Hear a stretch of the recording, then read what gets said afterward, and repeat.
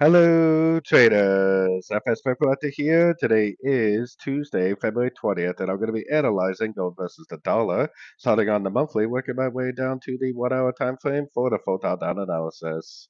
So on the gold versus the dollar, I still think this is an uptrend. I actually still think this right here is a 1. I think this right here is a 2, and I still believe that this is all just subdivisions of a wave 3. I actually think that gold is going up to at least 24, maybe even $2,500. So let's head down to the weekly time frame. On the weekly time frame, like I said, I think this 1, 2, 3, 4, 5 is a 1. I think this ABC is a wave 2. I think this is all just subdivisions, like a 1 of 2, a 1 of 3, a 2 of 3, and I think this is going to keep on going up for a wave 3 of wave 3. So let's keep that in mind. Let's head down to the daily time frame. On the daily time frame, I've been calling this a WXY because this looks like 1, 2, 3 waves down W. This looks like 1, 2, 3 waves up X. And I would definitely say this looks like 1, 2, 3 waves down for a wave Y.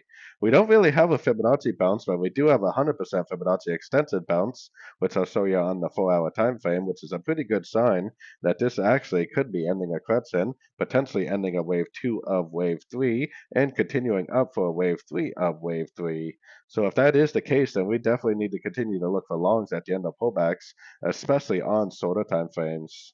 So let's take it down to the 4 hour time frame. 4 hour time frame, and we really don't have a break of structure yet, but we do have a 100% Fibonacci extended bounce, which is right where wave Y should end. And this is definitely trending. I mean, this does not look like a correction. It's definitely making higher highs, higher lows.